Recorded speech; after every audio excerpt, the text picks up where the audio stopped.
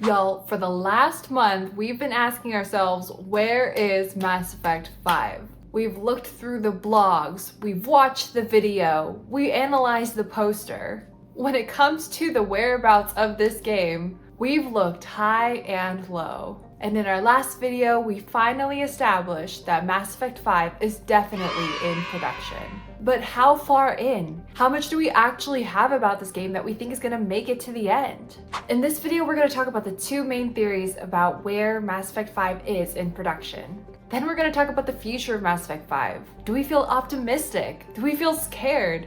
All of these topics and more will be addressed in this video. So sit down, grab a snack, and let's talk even more about the speculation surrounding Mass Effect 5's production, as if we haven't had enough of that already. So when a studio wants to make a game, they all have to go through the same three stages of development: pre-production, production, and post-production.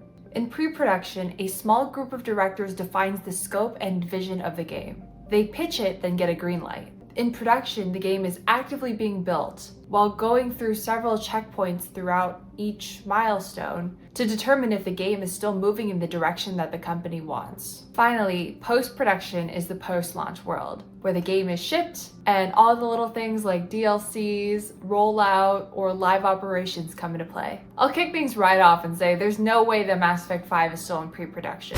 In the pre-production phase, they would have produced a game design document.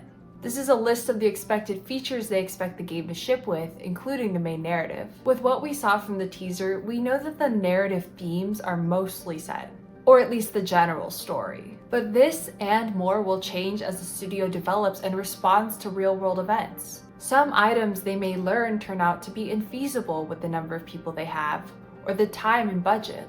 Or perhaps the original vision no longer meets what the game is turning out to be. But I feel confident that Mass Effect 5 is not in pre-production because of what we've seen so far. I think the fact that they've produced a teaser and put it out at the Game Awards is an incredibly ballsy move. EA would have never taken that smoke if they hadn't already greenlit the project. At least that's my opinion. So where does that leave us but production? And the way I see it, we have two main options here. The first, that Mass Effect 5 just entered production in the last year. Now I'll be honest, I would be incredibly skeptical if this was true, but it's not exactly impossible. To me, the main piece of evidence driving this theory is the January 2025 update about staffing in the wake of Veilguard. When a game enters production, a studio can sometimes take the opportunity to shift over senior or experienced staff to another game's development. There's some budget benefits for the studio, and some opportunities for growth and promotions, which would highlight why this is sort of a popular move. However, there's so much more working against this theory than working towards it. I just have a hard time believing that EA or BioWare would allow such explicit promotion for a game that's still in pre-production. Typically, I would imagine that creating anything more than a prototype and a handful of game documents, the project has to have been greenlit with funding. Additionally, it also just makes sense to dissolve the Veilguard team now that there's no plans for additional DLC. It doesn't necessarily have to coincide with some change or start going on in the Mass Effect project. But the theory that I really buy into is that Mass Effect 5 has been in production since 2020. To some people, this might be like, duh, Captain Obvious, that's when they announced it. And maybe so, maybe it is obvious. But you know what? It scares the living shit out of me. Now, if you have experience working in some capacity to software development, you have heard this term before. But for those who are learning it for the first time, welcome. I hope you use this constantly and forever, and it becomes a part of your regular vernacular to just describe everyday things in your life. Development hell is a state of development which can be caused by any number of root issues. But ultimately, it prescribes a situation in which a project is stuck in early development due to some kind of disagreements, mismatch of project vision, technical challenges, or even legal issues. Essentially, development hell isn't being stuck on the first step. It might not even refer to being stuck on the second step.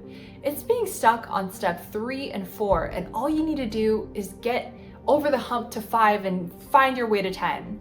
It's your artists not aligning on the creative vision. It's the executives constantly shooting down what you keep bringing up and not being able to see a clear path forward. There are many projects in the world who have been victims of development hell, and that is my worst fear for Mass Effect 5. Development hell can result in a lot of issues, but mainly the biggest concern is project shutdown. If you can't get anywhere, if the train never moves, and if you never pass go, the only answer from the company's point of view is to cut off the limb and stop the bleeding. The bleeding being the funds, of course. It seems like Mass Effect has a strong visionary team leading the way, but just because you have powerful visionaries doesn't mean the team has the means to execute on the vision. I'm not saying that that's the problem that Mass Effect 5 is facing right now, but it is one possibility in an infinite cosmos of issues that can go wrong in game development. And development hell can strike at any time. Even if we get some kind of slice and see what the game is starting to shape up and look like soon, it would be a bit of a reassurance, but as a fan, you can't really release the breath you're holding until you're just on the precipice of launch. Even then, something can always go wrong. Truthfully, there is so much working against BioWare here, and it disheartens me quite a lot. If even a quarter of what I'm speculating is true, it's kind of mind-boggling to think that it could take this many years to even settle on what Mass Effect 5 is supposed to look like. But perhaps it's due to the immense legend left by Shepard, and the pressure of Andromeda, and potentially now Veilguard's negative receptions, that forces this rigorous exercise in the best sequel they can deliver. All I can hope for is that the reason that we haven't seen the actual gameplay or components of the story is that they're truly taking their time and trying to create the best version of a sequel that they can. I don't know. Maybe I'm lying to myself. Maybe I am lying to myself. But you know what? I don't know. Sometimes we do with what we got. We got with what we do. We live and do on. Those are words. But it's all not sunshines, butterflies, and rainbows, as we well know at this point. I mean, EA has a historic track record of snuffing out creative projects with their immense expectations of monetary return. It wouldn't be the first time, and it won't be the last time. Plus, even if it is a little simpler than Dragon Age, the Mass Effect development team is still going to have to try to find a way to work in that complex network of player choices that they've created so far. They're also coming off the heels of Veilguard's reception, which was a mixed bag at the very least. So that certainly doesn't help with studio confidence. Then we have the layoffs.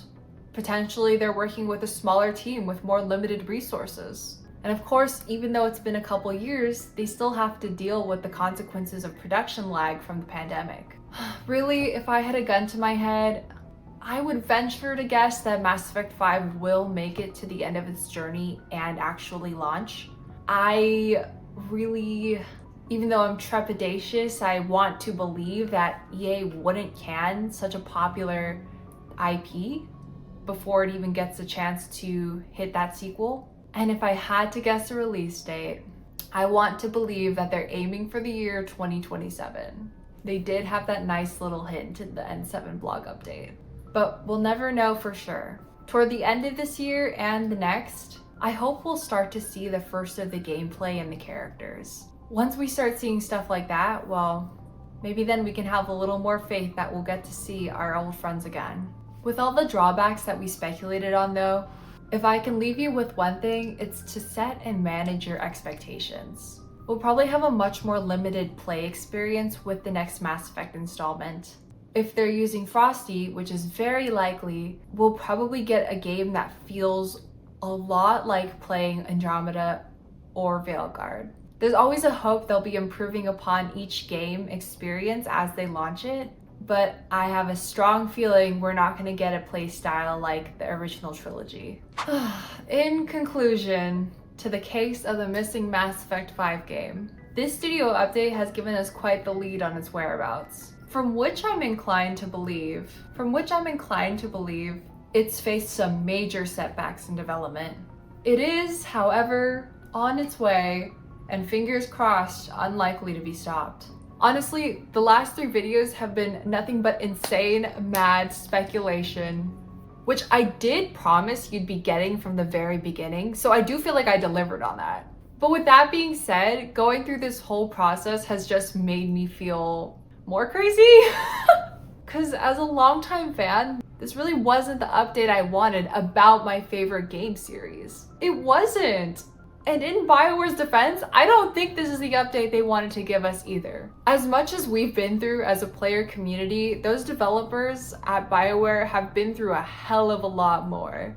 It really feels like on both sides, we're just trying to cling to this vision of getting to this next sequel and trying to recreate that BioWare magic we so know and love.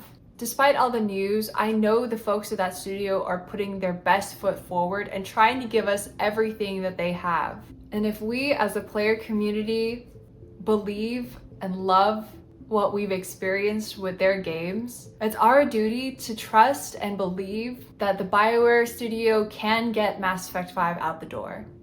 They're counting on us to show up for them. And so, as with any good BioWare game, I leave the choice to you on what you will do next. I am hoping and praying that BioWare drops some kind of gameplay from Mass Effect 5 in the next week and makes my entire series completely obsolete. Tomorrow even. They could do it tomorrow, that'd be totally fine. Because at the end of the day, like many of you all, I just want something good. I just want the best for my favorite franchise. And isn't that what all this madness is about? At the heart of it all, it comes from the love of the game, the love of Mass Effect. Now, if I know the BioWare fandom, I know that most of you all have done your own sleuthing and investigating and conspiracy theorying ever since this update dropped.